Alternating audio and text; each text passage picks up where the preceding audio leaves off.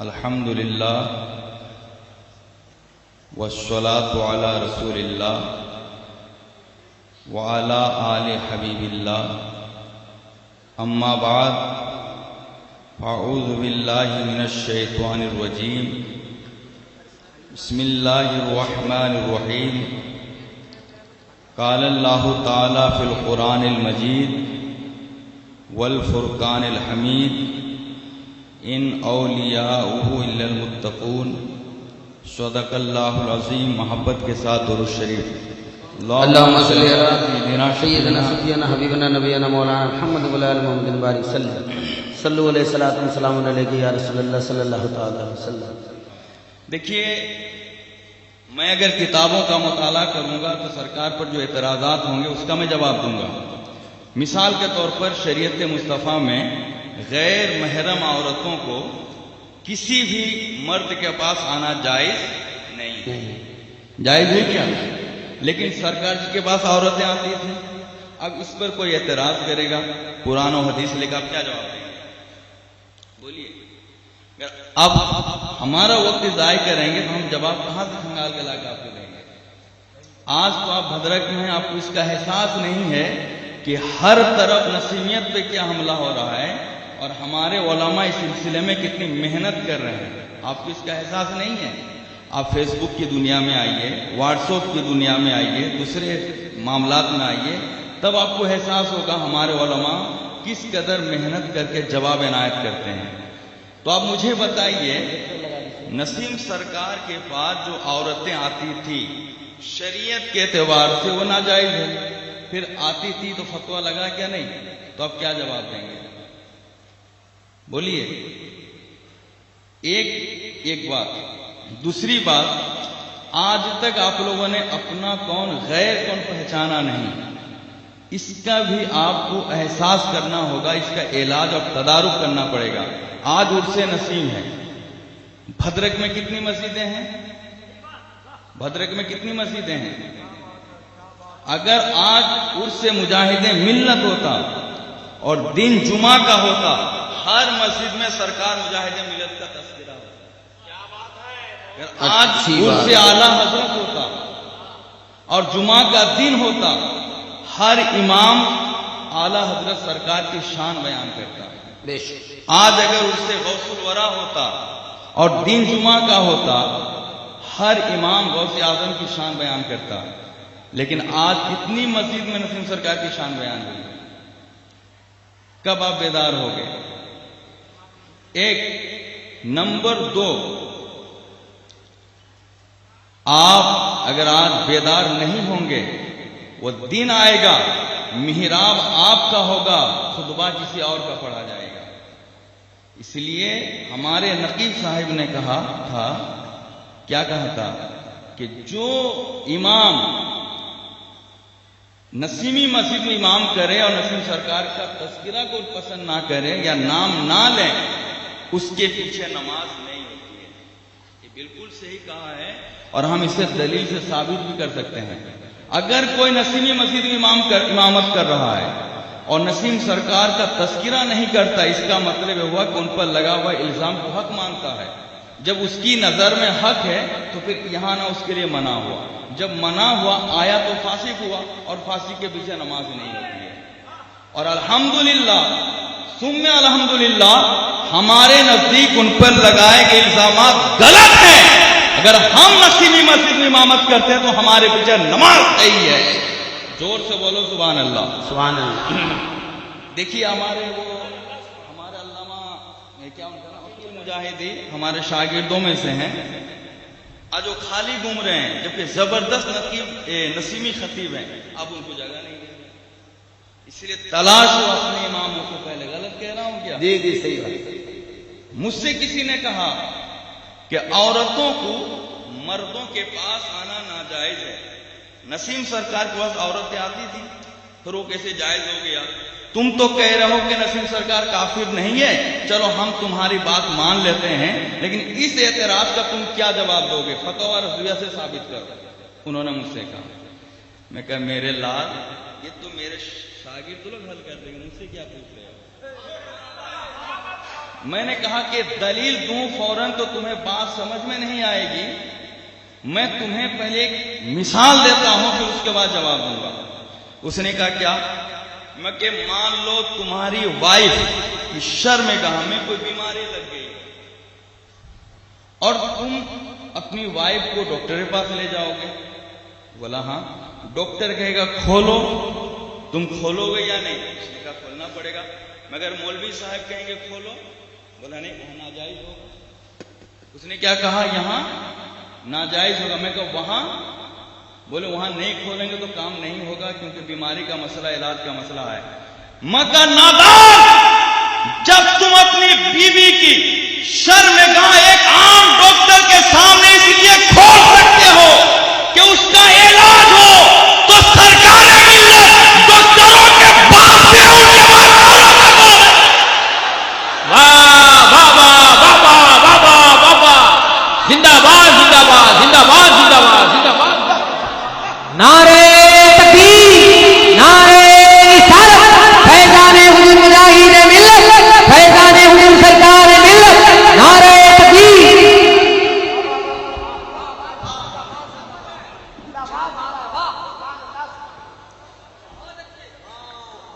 یہ جواب کس نے دیا؟ آپ کے نسیمی عالم نہ آپ کے غیر نسیمی عالم نے دیا؟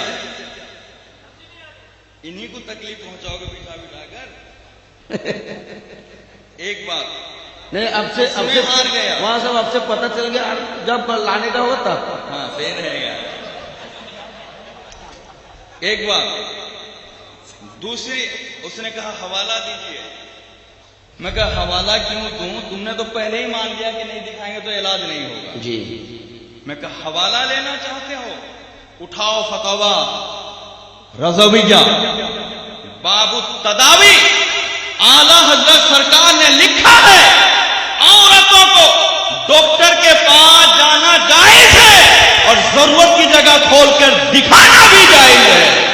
میں کہا جب عام ڈاکٹروں کے پاس شرمگاہ کھول کے دکھا سکتے ہو تو سرکار ملت کے پاس آ کر بیماریوں کا علاج بھی کر سکتے ہو۔ جب وہاں جائز تو یہاں جائز۔ ارے سرکار ملت تو وہ ڈاکٹر تھے جب بھدرک کے سارے ڈاکٹر ہار جاتے کہتے جاؤ سرکار ملت کی بارگاہ میں جاؤ۔ واہ واہ واہ واہ واہ، زندہ باد زندہ باد زندہ باد۔ حامی کا واقعہ ہے، ایک واقعہ ہو گیا۔ دوسرا اعتراض، بولا چلو جو لوگ پیشنٹ تھے ان لوگوں کا تو آنا صحیح تھا، لیکن ان کے پاس جو خادمہ رہتی تھی ان کے پاس تو خادم تو ان کا کیسے شرم ہو تو جائز نہیں ہے، پھر وہ کیسے ہو گیا؟ اس پر کیا جواب دو گے؟ میں کہا اس کا جواب تو میرے صدر الشریعہ نے بہار شریعت کے 16واں جلد میں عطا فرمایا۔ کیا؟ زور سے بولو سبحان اللہ۔ سبحان اللہ۔ میں تحدیث نعمت کے طور پہ کہتا ہوں شاید کہ میرے عمر کا کوئی مولوی مجھ سے زیادہ بہار شریعت اور فتاوی رضویہ پڑھا ہی نہیں۔ میں نے تو بہار شریعت 12 ختم کر دیا ہے۔ کتنا ختم پڑھا ہے؟ 12 ختم۔ وہ تو میرے مطالعے میں رہتی ہے وہ کتاب۔ میں نے کہا صدر الشریعہ نے لکھا ہے بزرگوں کو، عالموں کو، دوسروں کو بھی خادمہ رکھنا جائز ہے اور بے بنا ضرورت چہرے کو دیکھنا بھی۔ واہ واہ۔ میں کہا بتاؤ زیادہ سے زیادہ سرکار جی کی نظر اس عورت کے چہرے پہ پڑتی تھی اور صدر الشریعہ نے لکھا اس کو جائز ہے تو کیا ہو گیا؟ میں نے کہا صدر الشریعہ نے اس کو لکھا ہے۔ بولا کہاں لکھا ہے؟ میں کہا 16واں جلد میں لکھا ہے، پڑھ کے دیکھ لیں۔ الحمدللہ خاموش ہو گیا۔ تو آج آپ کل تک جب سرکار ملت بقید حیات تھے اکیلے پورے مولوی پہ بھاری تھے، سرکار ملت دنیا سے تشریف لے گئے، ہم غلاموں کو چھوڑ دیے، کل وہ تھے آج ہم ہیں، کل آنے والی نسل ہماری ہوگی، ایک طرف یزیدی ہوں گے ایک طرف حسینی ہوں گے، زمانہ جیتے گا جھنڈا ہمارا ہی لہرے گا۔ واہ واہ واہ واہ واہ واہ، نعرے تکبیر، نعرے رسالت، نعرے رسالت، فیضان سرکاران ملت، اولاد غوث پاک